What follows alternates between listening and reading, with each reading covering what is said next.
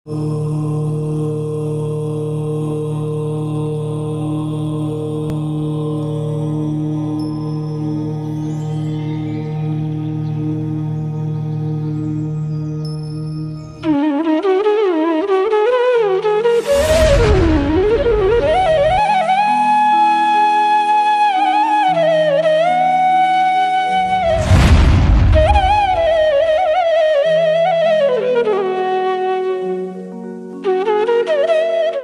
नमः सिद्धेभ्यः। ओम नमः सिद्धेभ्यः। ओम नमः सिद्धेभ्यः। सिद्धं शुद्धं पनमीय जिनिंदवरनेमि कलंकम गुणरयन भूषणुदयम जीवसपरुवनम गोक्षम। बोलो देवादिदेव 1008 श्री श्यामसनाथ भगवान की जय।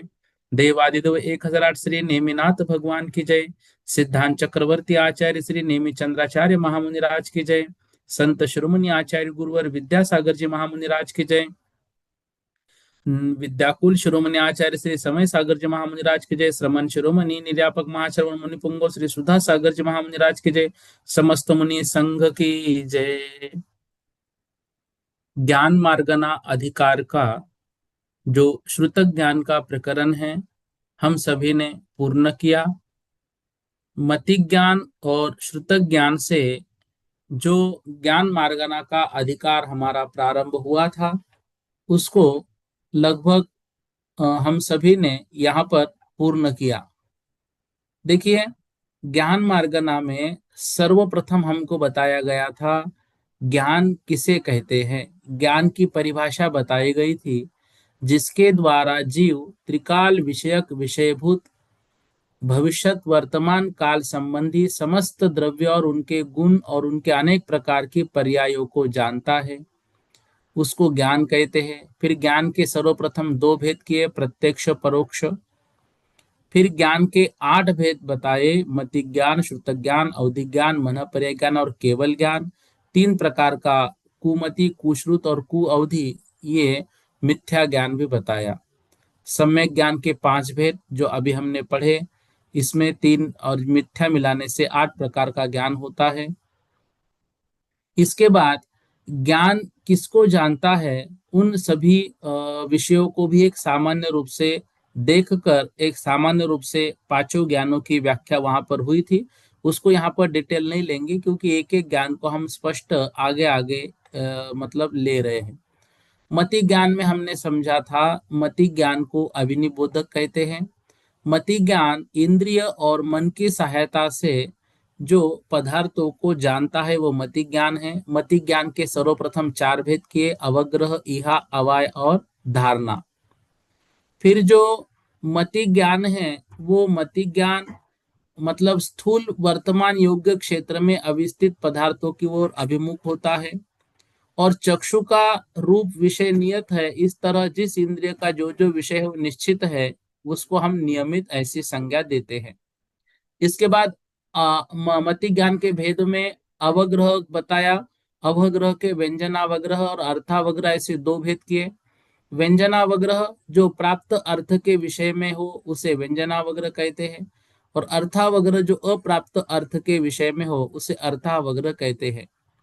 व्यंजनावग्रह चक्षु और मन से नहीं होता है, ये पढ़ा था। इसके बाद अवग्रह मतलब पदार्थ और इंद्रियों के योग्य क्षेत्र में अवस्थान रूप संबंध होने पर सामान्य अवलोकन जो होता है, वो अवग्रह। यह अवग्रह ज्ञान के बाद किसी अंश को विशेष ग्रहण कर लेना, यह अवाय। फिर विशेष चिन्ह के द्वारा निर्णय लेना, अवाय। और धारणा, भविष्य में उसको नहीं भूलना।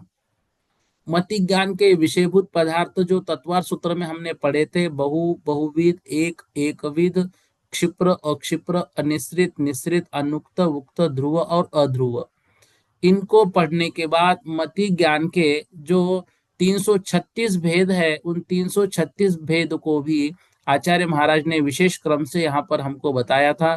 उन सभी पदार्थों को भी यहाँ पर लेके मति ज्ञान के विषय में चर्चा पूर्ण हुई थी। फिर श्रुतक ज्ञान का विषय आया था। श्रुतक ज्ञान में हमने पढ़ा, मति ज्ञान के विषयभूत पदार्थ को जो विशेष रूप से जानता है, उसको श्रुतक ज्ञान कहते हैं। इसमें हमने सूत्र भी लिया था तत्वार सूत्र का, श्रुतम मति पूर्वम द्वैनेक द्वादश भेदम। जो श्रुतक ज्ञान है वो मति ज्ञान पूर्वक होता है, उसके दो भेद होते हैं, अंग बाह्य और अंग प्रविष्ट। अंग प्रविष्ट और अंग बाह्य। तो द्विभेद पहले किए, श्रुतम मति पूर्वम द्विनेक द्वादश भेदम। तो अनेक भेद जो है वो अंग बाह्य के है, और जो 12 भेद है वो अंग प्रविष्ट के है। तो अंग बाह्य अनेक प्रकार का होता है, अंग प्रविष्ट जो है वो 12 प्रकार का होता है। ऐसे श्रुत ज्ञान के विषय में हमने पढ़ा। फिर श्रुत ज्ञान के जो मुख्य रूप से भेद यहाँ पर पढ़ाए गए वो अक्षरात्मक और अनक्षरात्मक। जो शब्दजन्य अथवा लिंगजन्य ज्ञान है, किंतु मतलब जो अक्षरात्मक ज्ञान है वह शब्दजन्य होता है, और अनक्षरात्मक ज्ञान जो है वह ज्ञान किस तरह से होता है, वो मात्र चिन्हों के माध्यम से होता है। तो शब्दजन्य ज्ञान अक्षरात्मक, लिंगजन्य ज्ञान अनक्षरात्मक। लेकिन अक्षरात्मक जो ज्ञान है वही प्रमुखता से यहाँ पर हमको समझाया गया। अनक्षरात्मक श्रुत ज्ञान जो है वो एकेंद्रिय से लेकर पंचेंद्रिय तक सभी जीवों के पाया जाता है, परंतु लोक व्यवहार और मोक्ष मार्ग भी उस तरह से मतलब उसमें उपयोगी नहीं है, इसलिए अनक्षरात्मक जो है वह मुख्य रूप से नहीं है। फिर हमने ये भी पढ़ा था कि जो अनक्षरात्मक ज्ञान है वो एकेंद्रिय से पंचेंद्रिय तक के जीवों के है, पंचेंद्रिय संज्ञों के भी क्वचित कदाचित हो सकता है। लेकिन अक्षरात्मक जो ज्ञान है वो मात्र संगी पंचेंद्रिय जीवों को ही होता है।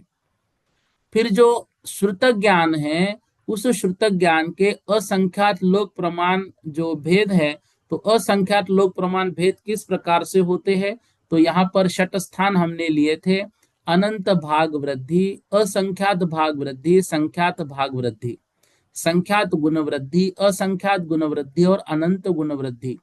इन षटस्थान पतित वृद्धि की अपेक्षा से पर्याय पर्याय समास रूप अनक्षरात्मक शुद्ध ज्ञान के सबसे जघन्य से लेकर उत्कृष्ट स्थान पर्यंत असंख्यात लोक प्रमाण भेद होते हैं। यह प्रश्न हमने पूछा था परीक्षा में, षटस्थान पतित वृद्धि के लिखिए। तो षटस्थान पतित वृद्धि के यही 6 स्थान लिखने हैं। अनंत भाग वृद्धि, असंख्यात भाग वृद्धि, संख्यात भाग वृद्धि, संख्यात गुण वृद्धि, असंख्यात गुण वृद्धि और अनंत गुण वृद्धि। इस तरह से ये पर्याय पर्याय समास रूप अनक्षरात्मक श्रुतक ज्ञान के सबसे जघन्य स्थान से लेकर उत्कृष्ट स्थान पर्यंत असंख्यात लोक प्रमाण है। मतलब ये आगे आगे क्रम इनका बढ़ता जाएगा, अनंत भाग वृद्धि, असंख्यात भाग वृद्धि, संख्यात भाग वृद्धि, फिर संख्यात गुण वृद्धि, संख्यात असंख्यात गुण वृद्धि, अनंत गुण वृद्धि, ऐसा होता जाएगा। लेकिन हमको षटस्थान पतित वृद्धि पूछा गया है, तो ये 6 स्थान हमको लिखने हैं। श्रुत ज्ञान का प्रमाण हमने पढ़ा, द्विरूप वर्ग धारा के छठे वर्ग का जितना प्रमाण इकट्ठी में उस कम को मतलब उसमें से एक कम करने पर जितना प्रमाण बाकी रहे उतना ही अक्षरात्मक श्रुत ज्ञान है। अर्थात अपुनरुक्त अक्षरात्मक श्रुत ज्ञान के संख्यात भेद है, और पुनरुक्त अक्षरात्मक श्रुत ज्ञान के प्रमाण इससे कुछ अधिक है। पुनरुक्त तो ज्यादा होगा, ये तो बहुत प्रकार का है। अपुनरुक्त जो है वो एक कम इकट्ठी। एक कम इकट्ठी कैसे होगा? जो 64 हमने स्वर और व्यंजन लिए थे। कल एक दीदी ने प्रश्न पूछा था, 64 प्रकार के व्यंजन स्वर समझ में नहीं आए। देखो, 33 प्रकार के व्यंजन हैं।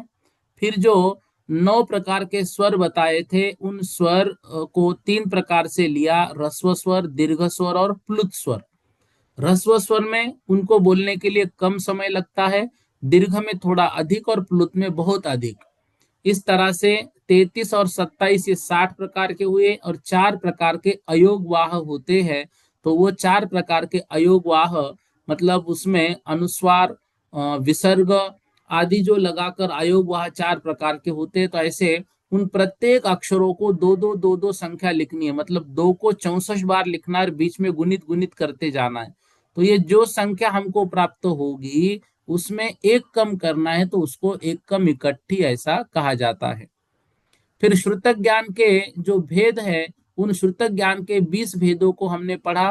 पर्याय ज्ञान, पर्याय समास ज्ञान, अक्षर ज्ञान, अक्षर समास ज्ञान, पद ज्ञान, पद समास ज्ञान, संघात ज्ञान, संघात समास ज्ञान, प्रतिपत्तिक ज्ञान, प्रतिपत्तिक समास ज्ञान, सॉरी समास ज्ञान, अनुयोग ज्ञान, अनुयोग समास ज्ञान, प्राभृत प्राभृत ज्ञान, प्राभृत प्राभृत समास ज्ञान, प्राभृत ज्ञान, प्राभृत समास ज्ञान, वस्तु ज्ञान, वस्तु समास ज्ञान, पूर्व ज्ञान और पूर्व समास ज्ञान। इस प्रकार इन 20 प्रकार के ज्ञानों को हमने पढ़ा था। फिर उसमें जो पर्याय ज्ञान है वो ज्ञान का सबसे जघन्य स्वरूप है। उसको वो किसको होता है तो बताया था, सूक्ष्म निगोदिया लब्ध पर्याप्तक के जो सबसे जघन्य ज्ञान होता है उसे पर्याय ज्ञान कहते हैं। पर्याय ज्ञान की विशेषता क्या है? पर्याय ज्ञान की विशेषता केवल यही है कि इसके आवरण करने वाले कर्म के उदय का फल इसमें नहीं होता, क्योंकि यह ज्ञान निरावरण है। इतना ज्ञान हमेशा निरावरण और प्रकाशमान रहता है। इतना तो सभी का, मतलब जो सूक्ष्म जीव है उनका भी होता है। सूक्ष्म निगोदिया लब्ध पर्याप्तक जीव के उत्पन्न होने के प्रथम समय में स्पर्शन इंद्रिय जन्य मति ज्ञान पूर्वक लब्ध अक्षर रूप श्रुत ज्ञान होता है। तो ऐसा जो सूक्ष्म निगोदिया लब्ध पर्याप्तक जीव है, जो जिसके क्षुद्र भव 612 भव होते हैं, उसके अंतिम भव में यदि वो 3 मोड़े वाली गति लेता है तो 3 मोड़े वाले गति के पहले समय में पर्याय ज्ञान होता है। ठीक है। और वही जीव जब सूक्ष्म लब्ध पर्याप्तक जीव उत्पन्न होता है तो उसके जो प्रथम समय में स्पर्श इंद्रिय जनित मति ज्ञान पूर्वक ज्ञान होता है वो लब्ध अक्षर रूप होता है। ठीक है। फिर पूर्व ज्ञान के भेद जो है वो बताए थे, वो कल भी हमने पढ़े। उत्पाद पूर्व, अग्रायणी पूर्व, वीर्य प्रवाद पूर्व, अस्थि नस्ति प्रवाद पूर्व। इन मतलब जो पूर्व ज्ञान के भेद है वो 14 पूर्व में हमने लिए थे, उनकी संख्या कल की गाथा में ली थी, तो इनको भी थोड़ा सा याद रखना है। द्रव्य श्रुत के भेद, अर्थाक्षर आदि 9 और अक्षर समास आदि 9, इस तरह 18 प्रकार के द्रव्य श्रुत होते हैं।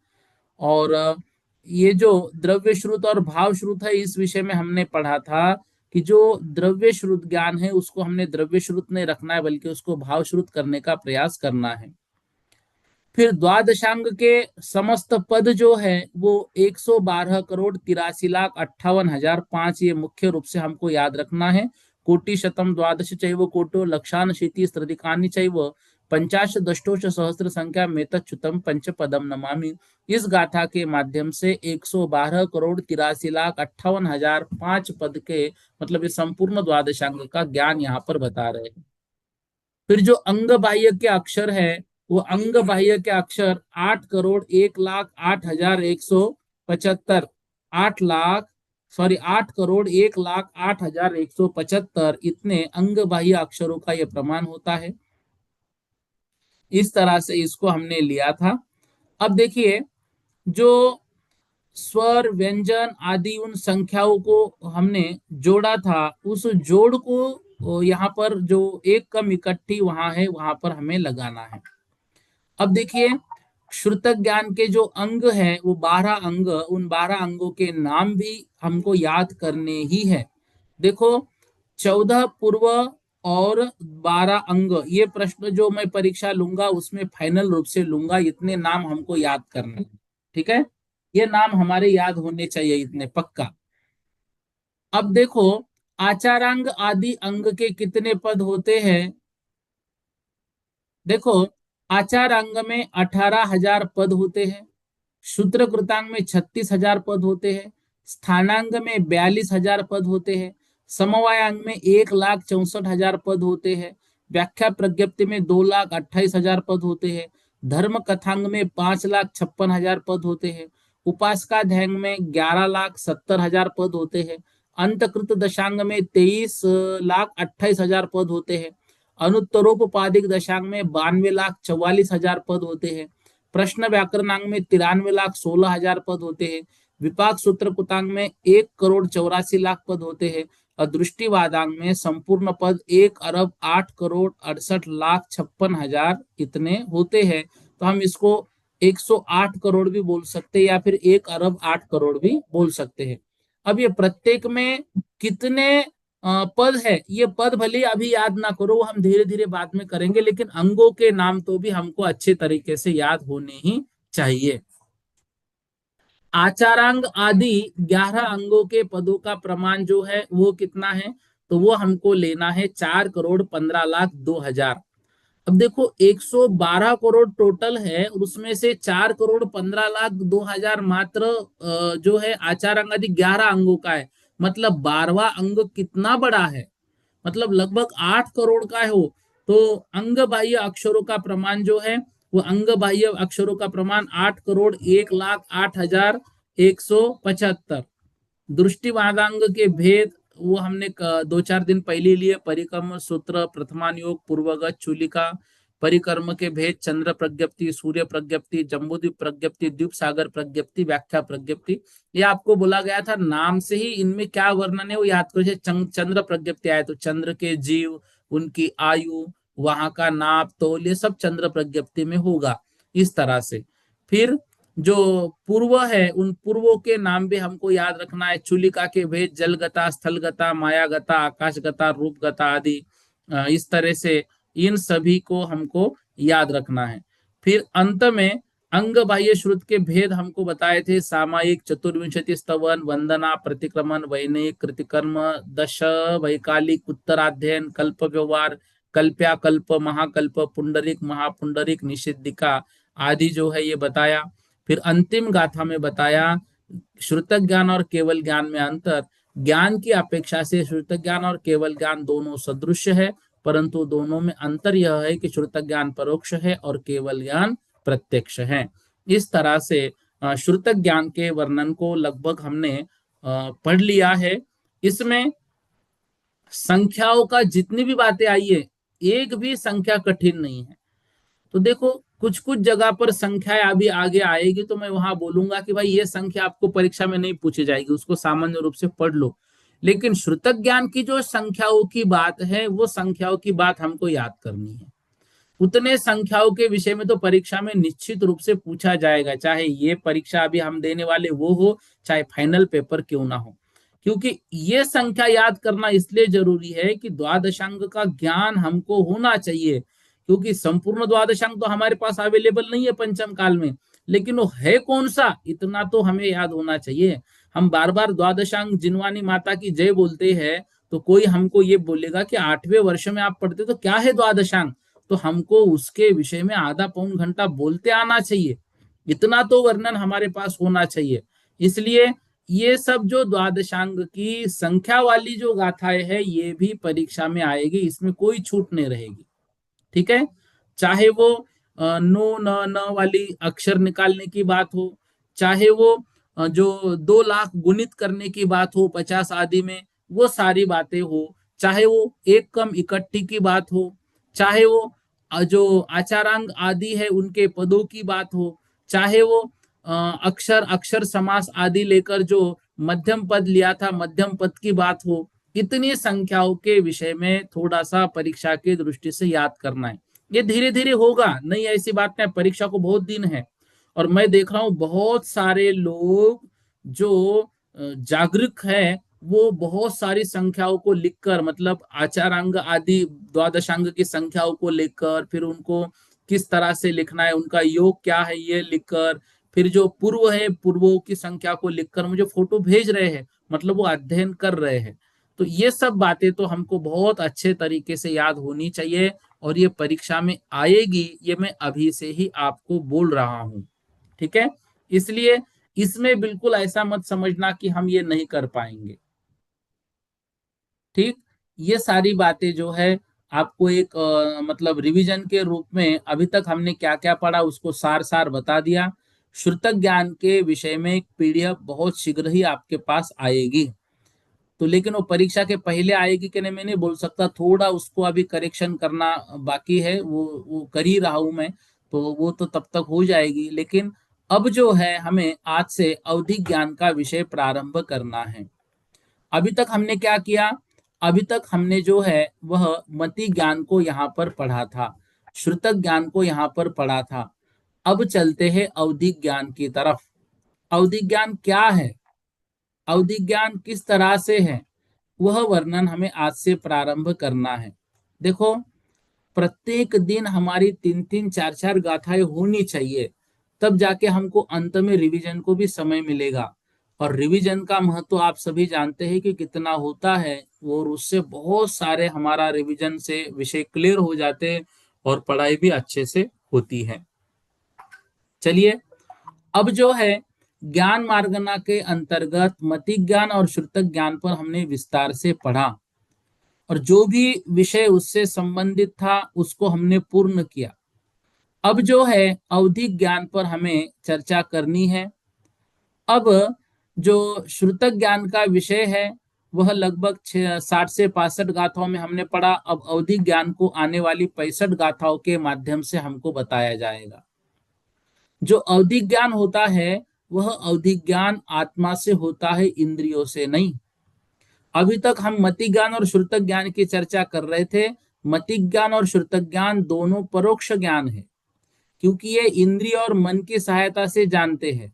लेकिन अवधिक ज्ञान ऐसा ज्ञान है जो मन और इंद्रियों की सहायता से नहीं जानता। अवधिक ज्ञान नहीं, आने वाले आगे के तीनों ज्ञान, अवधिक ज्ञान, मनःपर्य ज्ञान और केवल ज्ञान, तीनों ज्ञान जो है वो प्रत्यक्ष कहलाते हैं, क्योंकि वो इंद्रिय और मन की सहायता से नहीं जाने जाते। इसलिए तत्वार सूत्र में हमने एक सूत्र पढ़ा था, आद्य परोक्षम प्रत्यक्ष मन्यत। आद्य मतलब आदि के दो, आद्य में द्वितीय विभक्ति लगी थी, तो आदि के दो मतलब मति ज्ञान और श्रुतक ज्ञान जो है वो परोक्ष है, और जो प्रत्यक्ष मन्यत, जो आगे के तीन ज्ञान है वह कैसे है, वो प्रत्यक्ष है। मति ज्ञान, सॉरी, मनःपर्य ज्ञान, अवधि ज्ञान, मनःपर्य ज्ञान और केवल ज्ञान। अब यदि याद हो, जब हम दूसरा साल पढ़ रहे थे और उसमें तत्वा सूत्र में ये सूत्र पढ़ रहे थे, आद्य परोक्षम प्रत्यक्ष मन्यत, मुझे याद है हम बहुत सारे लोग डर रहे थे यहाँ पर, भैया आद्य से दो कैसे ले लिया मति श्रुत, अभी प्रत्यक्ष से फिर हम आगे के तीन कैसे लगेंगे, तो यहाँ द्वितीय विभक्ति है तो दो आ गए ऐसा। लेकिन आज उस सूत्र को जब हम याद करें, आद्य परोक्षम, जैसे ही मैंने बोला होगा आप सभी को उसका अर्थ अपने आप ज्ञात हुआ होगा। ये हमारे प्रतिदिन अध्ययन का असर है। ऐसे ही मेरा निवेदन है आप सभी से, जो जो विषय हम पढ़ रहे हैं उस विषय के नोट्स तो मैं भेजूंगा ही, लेकिन जब तक जो आपके पास पुस्तक है उसमें से पढ़ लीजिए, एक बार उन सबको पढ़ लीजिए। जो जहां पर समझ में नहीं आया उसको पेंसिल से टिक कीजिए, उसका प्रश्न मुझे भेजिए, कोई दिक्कत नहीं है। लेकिन पढ़ने से बहुत सारे विषय आपको याद हो जाएंगे, मुंह जबानी याद हो जाएंगे। और यदि आप में से कुछ लोगों ने ये सारी कुछ गाथाएं, ये विषय अच्छे से बिल्कुल आपने बोल दिया कि हम रट चुके हैं, बहुत याद हो गया हमें अच्छे से, तो आपको जिज्ञासा समाधान के प्रोग्राम में गुरुदेव के समक्ष संपूर्ण विश्व देखेगा, वहां पर बुलाकर आपको ये सब प्रश्न पूछे जाएंगे, गुरुजी पूछेंगे खुद और आप उत्तर देंगे।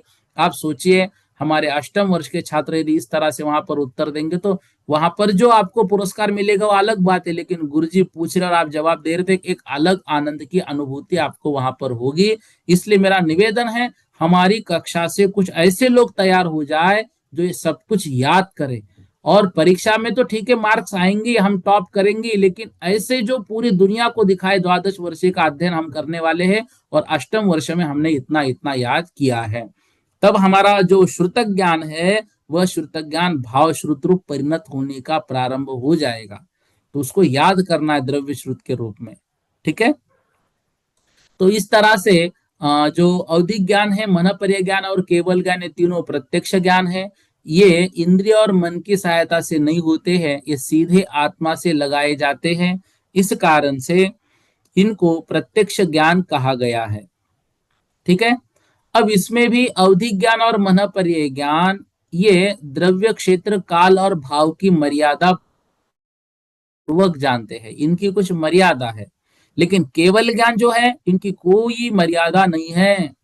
जो अवधिक ज्ञान और मनःपर्य ज्ञान है उनकी मर्यादा है, ये पदार्थों को जानते हैं लेकिन उन पदार्थों की अनंत पर्यायों को नहीं जानते हैं। इनका जो क्षेत्र है वह क्षेत्र भी सीमित है, उस क्षेत्र के बाहर ये नहीं जानते हैं। जैसे वाईफाई होता है, वो वाईफाई हमारे एक 100 मीटर के एरिया में ही मतलब कैच कर पाता है, उसके बाहर हम जाएंगे तो वाईफाई हमारा कैच नहीं हो पाएगा। ऐसी अवधि ज्ञान जो है उसका एक क्षेत्र बना हुआ है, उस क्षेत्र में वो लगेगा, उसके बाहर नहीं लगेगा।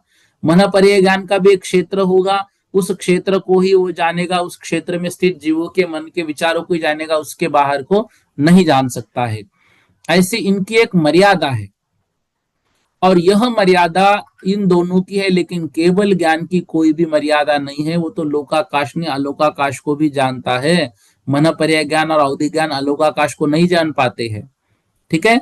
इस प्रकार से मति ज्ञान श्रुत ज्ञान जो है वो परोक्ष है, अवधि ज्ञान मन पर्याय ज्ञान और केवल ज्ञान जो है वह प्रत्यक्ष है। ठीक है। अब देखो, एक बात हमने अभी जो श्रुत ज्ञान का वर्णन हुआ था उसके अंत में जानी थी कि श्रुत ज्ञान और अवधि ज्ञान वैसे तो समान है, लेकिन श्रुत ज्ञान जानता है वह सामने जो ज्ञान लिखा है उसमें से, लेकिन मन पर्याय ज्ञान वह प्रत्यक्ष जानता है, संपूर्ण को जानता है, छह द्रव्यों को जानता है, उनके सभी भेदों को, सभी पर्यायों को एक साथ जाना जाता है। ठीक है। इस तरह से अब देखिए, जो मति ज्ञान और श्रुत ज्ञान है, तो मति ज्ञान और श्रुत ज्ञान ये परोक्ष ज्ञान है, अवधि ज्ञान मन पर्याय ज्ञान केवल ज्ञान ये प्रत्यक्ष ज्ञान है। फिर भी श्रुत ज्ञान और केवल ज्ञान को एक कहा। क्यों कहा? क्योंकि जो श्रुत केवली होते हैं वो श्रुत केवली 11 अंग और 14 पूर्व को, 12 अंग को एक मतलब विशेष रूप से बहुत अच्छे तरीके से जानते हैं, और उसके माध्यम से वो प्रत्येक प्रश्न का उत्तर देने में समर्थ होते हैं। ठीक है। इस तरह से जो मतलब श्रुत ज्ञानी जीव है वह विशेष ज्ञान होने से श्रुत केवली कहलाते हैं। तो वो जो विषय है वह मूर्तिक अमूर्तिक पदार्थों का विषय करेगा, लेकिन श्रुत ज्ञान के द्वारा अमूर्तिक को जो जाना जा रहा है वो मात्र उन शास्त्रों के माध्यम से, लेकिन केवल ज्ञान के द्वारा जो अमूर्तिक को जाना जा रहा है वो प्रत्यक्ष जाना जा रहा है। ठीक है ना। केवल ज्ञान साक्षात जानता है, प्रत्यक्ष जानता है, स्वयं वो देखता है, परंतु श्रुत ज्ञान क्या करता है? वह पढ़ लिख करके, सुन करके, जो ग्रंथ आदि में वर्णन है उन वर्णों को वह समझ करके जो विशेष जानता है उसको श्रुत ज्ञान कहते हैं। अभी हमारे शब्द जो हम सुन रहे हैं, इन शब्दों का विशेष अर्थ ये श्रुत ज्ञान के विषय को हम ये श्रुत ज्ञान से जान सकते हैं। अमूर्तिक पदार्थों का जो विषय है वो भी श्रुत ज्ञान करेगा। श्रुत ज्ञान के द्वारा अमूर्तिक को भी हम जानेंगे, नहीं है जानेंगे ऐसे नहीं है, लेकिन बस उसमें जो मर्यादा है वह शास्त्र आदि की है, वह बात हमको ध्यान रखनी है। ठीक है। अब देखो, जैसे श्रुत ज्ञानी जीव ने धर्म अधर्म द्रव्य की बात यदि कही तो उनको दिखेगा नहीं, लेकिन वो मान रहा है कि है। क्यों? क्योंकि आगम में पढ़ा है।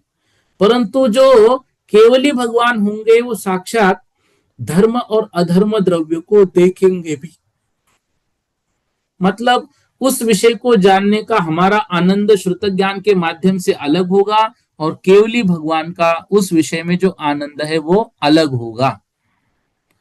अब यहां से जो हम अवधि ज्ञान को प्रारंभ कर रहे हैं, तो अवधि ज्ञान जो है, अवधि ज्ञान रूपी पदार्थों को ही जानता है, अवधि ज्ञान अरूपी पदार्थों को नहीं जानता है। अवधि ज्ञान के द्वारा परमाणु को जाना जाता है, अवधि ज्ञान के द्वारा जो 3 लोक में महास्कंद रखा हुआ है, मतलब एक महास्कंद है, उस महास्कंद को भी जानता है। अवधि ज्ञान के द्वारा उत्कृष्ट जो विषय है वह लोकाकाश प्रमाण भी हो सकता है, मतलब संपूर्ण लोकाकाश को भी अवधि ज्ञान जानता है, जिसको सर्वावधि कहते हैं। ठीक है ना। 7वीं पृथ्वी पर्यंत का ज्ञान भी इससे होता है। 3 लोक को, मतलब ऊर्ध्व मध्य और अधो लोक को वो सर्वावधि अवधि ज्ञान जानेगा, लेकिन उसके बाहर जो अलोकाकाश है वहां पर वह जो अवधि ज्ञान है वह अवधि ज्ञान नहीं पहुंच सकता है। ठीक है। इस तरह से हमें लेना है। फिर अवधि ज्ञान जो है, उन अवधि ज्ञान के जो स्वामी है, अवधि ज्ञान के जो भेद है, यह सब कुछ हमने तत्वार सूत्र में भी पढ़ा हुआ था। अब तत्वार सूत्र में जो पढ़ा है वह विषय भी इन गाथाओं के माध्यम से हमारे समक्ष आने ही वाला है। इसके साथ मन पर्याय ज्ञान जो है, उन मन पर्याय के ज्ञान की भी जो बातें हैं वह भी मतलब शास्त्र के माध्यम से हमारे सामने आने ही वाली है। इसलिए उसको हम प्रत्येक को जैसा जैसा विषय आता जाएगा उस विषय के अनुसार हम वहां पर समझते चलेंगे। आइए अब यहाँ पर अवधिक ज्ञान का जो वर्णन है वो अवधिक ज्ञान के वर्णन को आज से हम प्रारंभ कर रहे हैं। 370 नंबर की गाथा जो है वो हम पढ़ेंगे। अवहि अदिति ओहि, अवहि अदिति ओहि, अवहि दिति ओहि, सीमा मानेति वन्यम समये, सीमा मानेति वन्यम समये, भवगुण पच्चय विहिहम्, भवगुण पच्चय विहिहम्, जमोहि नानोत्तिनं बेन्ति, जमोहि नानोत्तिनं बेन्ति।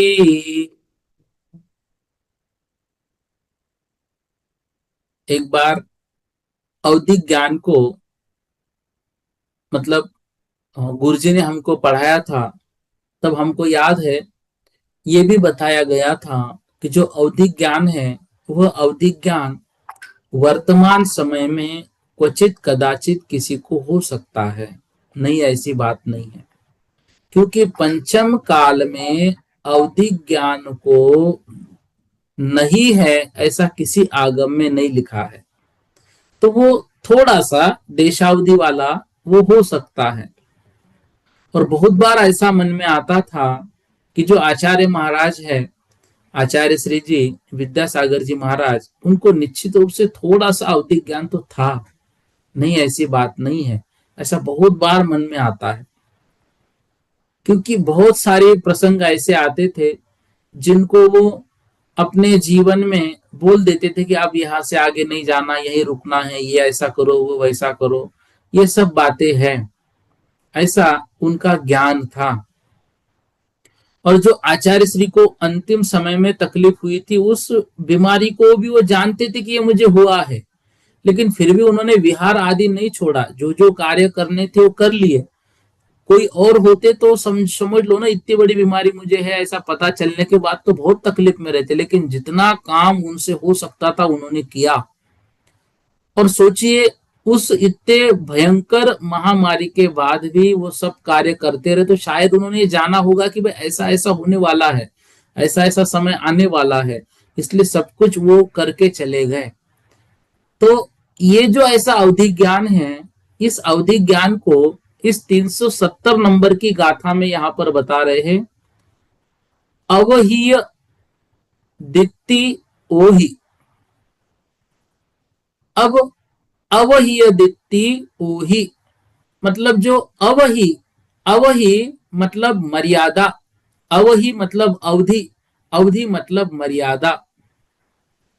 तो जो मर्यादा से युक्त है, अवधि यदि ति ओहि, अवधि यदि मतलब अवधियत मतलब अवधि जिसको लिए हुए है उसी को ओहि मतलब उसी को अवधि कहते हैं।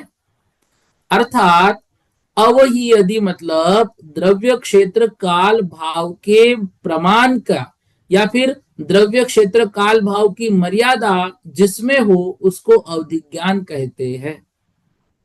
वह जो अवधि ज्ञान है वह अवधि ज्ञान मतिश्रुत या केवल ज्ञान के विषय द्रव्य क्षेत्र आदि से अपरिमित है, वैसे अवधि ज्ञान का विषय अपरिमित नहीं है। देखो, श्रुतक ज्ञान से भी शास्त्र के बल से आलोक और अनंत काल आदि जाना जा सकता है। अवधि ज्ञान से जितना द्रव्य क्षेत्र काल भाव का प्रमाण आगे कहेंगे उतना ही प्रत्यक्ष जाना जाता है। इसलिए इस अवधि ज्ञान को आगे लिख रहे हैं, सीमा मानेति वन्यम समये। यह जो अवधिक ज्ञान है, यह अवधिक ज्ञान सीमा, सीमा माने, माने मतलब ज्ञान, तो सीमा ज्ञान मतलब मर्यादित ज्ञान है, इसकी एक मर्यादा बनी हुई है। और वन्यम समये, और इसका जो मतलब अब ये क्षेत्र की सीमा लेंगे, क्षेत्र की एक मर्यादा लेंगे, तो क्षेत्र की यह मर्यादा लिए हुए हैं। और वन्यतम समये, और ऐसा यह समय मतलब आगम में इस तरह से इनका वर्णन किया गया है। कैसा किया है? भव गुण पच्चय विहियम, भव प्रत्यय और गुण प्रत्यय के माध्यम से ये दो प्रकार का है। जमोही नानोत्तिनम बेंती, ऐसा अवधि ज्ञान जो है वह समये वन्नितम ब्रुवंती, ब्रुवंती मतलब उसको सर्वज्ञ देव ने ऐसा कहा है। अब यह जो अवधि ज्ञान है, यह अवधि ज्ञान द्रव्य क्षेत्र काल और भाव की मर्यादा लिए हुए है। यह अवधि ज्ञान मतिश्रुत केवल ज्ञान के विषय द्रव्य क्षेत्रादि से अपरिमित है, वैसे अवधि ज्ञान का विषय अपरिमित नहीं है। देखो, जो श्रुतक ज्ञान है वह श्रुतक ज्ञान शास्त्र के माध्यम से बहुत सारी बातों को जानता है, उसकी कोई सीमा नहीं है। केवल ज्ञान की तो सीमा है ही नहीं, और मति ज्ञान की भी कोई सीमा ऐसी नहीं लगाई जाती, भाई जितना मति ज्ञान है उतना मति ज्ञान है, जितना श्रुतक ज्ञान है उतना श्रुतक ज्ञान है, उसकी कोई मर्यादा नहीं है। कहने का तात्पर्य यह है, जो बातें हमको आपको याद है, वह बातें चाहे आप महाराष्ट्र में बैठो, चाहे राजस्थान में बैठो, चाहे मध्य प्रदेश, चाहे विमान से विदेश चले जाओ, वहां याद रहेगी, भूलेंगे नहीं। लेकिन अवधि ज्ञान जो है वह अवधि ज्ञान अपरिमित नहीं है, उसकी अपनी एक मर्यादा है। उससे बाहर जाने के बाद वो नहीं जानेगा, वाईफाई जैसा, वाईफाई के क्षेत्र के बाहर हम चले गए फिर अवधि ज्ञान काम नहीं करेगा। इस अवधि ज्ञान के आचार्य महाराज ने दो भेद बताए, जो हम तत्वार सूत्र में भी पढ़े आ रहे हैं और बालबुद्ध से पढ़े आ रहे हैं। एक भव प्रत्यय, दूसरा गुण प्रत्यय। भव अर्थात जो नारकादि पर्याय है, नरक, तिर्यंच, देव और मनुष्य, तो इन जो जो पर्यायों के निमित्त से होता है, मतलब नारकादि पर्यायों में, मतलब नरक गति में और देव गति में जो अवधि ज्ञान नियम से होता ही होता है। जो तीर्थंकर के जन्म लेते हैं, तीर्थंकर जो बनने वाले जीव है, जो तीर्थंकर अवस्था में जन्म लेने के बाद भी जो उनको अवधि ज्ञान होता है, नियम है। तो ऐसा नरक गति में, देव गति में और तीर्थंकर अवस्था में, मनुष्य गति में जो अवधि ज्ञान होता है वह भव प्रत्यय अवधि ज्ञान है। जो नारकादि पर्याय धारण करता है उसको जो अवधि ज्ञान होता है वह कौन सा है? वो भव प्रत्यय है। लेकिन जो गुण प्रत्यय अवधि ज्ञान है वह सम्यक दर्शनादि रूप, वह निमित्त है जिसका गुण प्रत्यय। मनुष्य, तिर्यंच सभी को अवधि ज्ञान नहीं है, जिसके सम्यक दर्शन आदि की विशुद्धता होती है उसके अवधि ज्ञान होता है। इसलिए अवधि ज्ञान जो है वह गुण प्रत्यय भी है और वह अवधि ज्ञान जो है तो भव प्रत्यय भी होता है। इस तरह से अवधि ज्ञान के विषय में यहाँ पर हमको समझाया गया। यह जो अवधि ज्ञान है, यह अवधि ज्ञान हम सभी के मतलब प्राप्ति के अभी दूर है, समझ लो कि अभी नहीं हमको हो रहा है, लेकिन उस अवधि ज्ञान को प्राप्त करने का प्रयास हम सभी को करना चाहिए। क्यों? क्योंकि गुण प्रत्यय अवधि ज्ञान भी है। अब देखो, अवधि ज्ञान को प्राप्त करने का प्रयास है, मतलब वह अवधि ज्ञान नहीं प्राप्त करना है हमको जो भव प्रत्यय हो। हमको अवधि ज्ञान कौन सा प्राप्त करना है? गुण प्रत्यय, भले इस भाव में ना हो, अगले भाव में, ठीक है ना, लेकिन वो एक हमारा होना चाहिए। वैसे तो हम सभी का मकसद केवल ज्ञान प्राप्ति ही है। हम सभी को ना अवधि ज्ञान से मतलब है ना मन परे ज्ञान से। भाई जब हमको मोक्ष प्राप्ति करना है तो केवल ज्ञान के माध्यम से ही हम मोक्ष को प्राप्त करेंगे। तो इस तरह से जो अवधि ज्ञान है, इस अवधि ज्ञान को हम यहाँ पर सामान्य रूप से अभी आज दो गाथाओं के माध्यम से समझ रहे हैं। अब देखो, अवधि ज्ञान जो है वह अवधि ज्ञान यहाँ पर कुछ भागों में जो बांटा गया, तो उसमें पहले दो भाग किए। कौन से दो भाग किए? उस अवधि ज्ञान के दो भाग किए। एक भाग किया कि वह भव प्रत्यय है और दूसरा भाग किया वो गुण प्रत्यय है। ठीक है। अब देखो, अब दोनों भी जो अवधि ज्ञान है, चाहे भव प्रत्यय हो चाहे वो गुण प्रत्यय हो, दोनों भी अवधि ज्ञान के द्रव्य क्षेत्र काल और भाव की मर्यादाएं हैं। जैसे जो नीचे के देव होते हैं उनका अवधि ज्ञान बहुत कम होता है, और जो ऊपर के देव होते हैं उनका अवधि ज्ञान अधिक अधिक होता है। हमने ये तत्व सूत्र में पढ़ा था ना। वैसे ही नारकियों का भी होता है। तो उनकी अपनी अपनी एक मर्यादाएं होती है। उस मर्यादा, उस क्षेत्र के बाहर का या उस स्वर्ग के ऊपर का वह विषय को नहीं जान पाते हैं। वो मर्यादा लिए हुए होते हैं। इस तरह से चाहे वह मतलब गुण प्रत्यय हो चाहे वह भव प्रत्यय हो, दोनों भी मर्यादा लिए हुए हैं। अवधि ज्ञान हो चाहे मन पर्याय ज्ञान हो, ये दोनों ज्ञान रूपी पदार्थों को विषय करते हैं, और रूपी पदार्थों में भी द्रव्य क्षेत्र काल भाव की मर्यादा लिए हुए हैं। इसके बाद हमने तत्वार सूत्र में पढ़ा था विशुद्धि क्षेत्र स्वामी विषयभ्यो वधि मन पर्ययो, अर्थात इन दोनों में कुछ अंतर होते हैं। मतलब द्रव्य किसको, अवधि ज्ञान और मन पर्याय ज्ञान में। तो वो बातें जो है वो जैसे जैसी गाथाएं आएंगी उन गाथाओं के माध्यम से हम समझेंगे, उनका विषय हम वहां पर लेंगे। उस अवधि ज्ञान के भेद प्रभेदों की भी चर्चा जो है वो कल की कक्षा में हम करेंगे। आज इतना ही हम लेते हैं। तो पहले तो हमने अवधि ज्ञान के दो भेद किए, एक तो गुण प्रत्यय और भव प्रत्यय। तो जो गुण प्रत्यय है उसको क्षयोपशम निमित्तक भी कहते हैं, और भव प्रत्यय जो है वह भव प्रत्यय मतलब मुख्य रूप से तो नरक और तिर्यंचों को होता है, सॉरी नरक और देवों को होता है, लेकिन मनुष्यों में भी जो तीर्थंकर अवस्था में होते हैं उनको भी ये माना जाता है। फिर ये जो अवधि ज्ञान है, इसको अवधि ज्ञान को 6 भागों में बांटा जाता है: वर्धमान, हीयमान, अवस्थित, अनवस्थित, अनुगामी और अननुगामी। इन 6 वेदों को भी हम जानते हैं। उसमें भी अनुगामी जो होता है वो क्षेत्रानुगामी या भवानुगामी या उभयानुगामी भी होता है। अनुगामी उसके विरुद्ध होता है। वर्धमान और हीयमान कैसे होता है, फिर अवस्थित और अनवस्थित किस तरह से वो अवधि ज्ञान होता है, यह भी पढ़ेंगे। इसी के साथ साथ अवधि ज्ञान के जो 3 भेद है जिसको हमने तत्व सूत्र में पढ़ा था, देशावधि, परमावधि और सर्वावधि। तो इस तरह से इन तीनों के विषय में भी कल की कक्षा में हम जानेंगे। तो अब देखिए, अवधि ज्ञान के लिए जो विषय है उस विषय को तो हमने प्रारंभ कर लिया है, लेकिन जो जहां पर जितनी गाथाएं इस विषय में आएगी, जो जो विषय आएगा उसको तुरंत तुरंत याद करते हमको चलना है।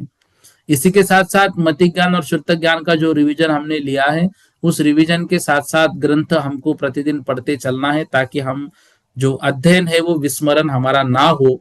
तो मेरा सभी से निवेदन है, 1 घंटा हम आधा पौन घंटा की कक्षा होती है, पौन घंटे के लगभग, तो 1 घंटा दिन में और हम इसको दें और उसमें सिर्फ हम रिवीजन करें जो जो हमने पढ़ा। बस इतना भी हो जाए तो हमारे लिए बहुत है। इतना आज हम पढ़ लेते, इसके आगे हम कल की कक्षा में पढ़ेंगे। बोधि, समाधि, परिणाम, विशुद्धि, स्वात्मोपलब्धि, शोषो की सिद्धि, चिंतामणि, चिंतित वस्तुदानिम त्वामंद्य मानस्य ममास्तु देवी।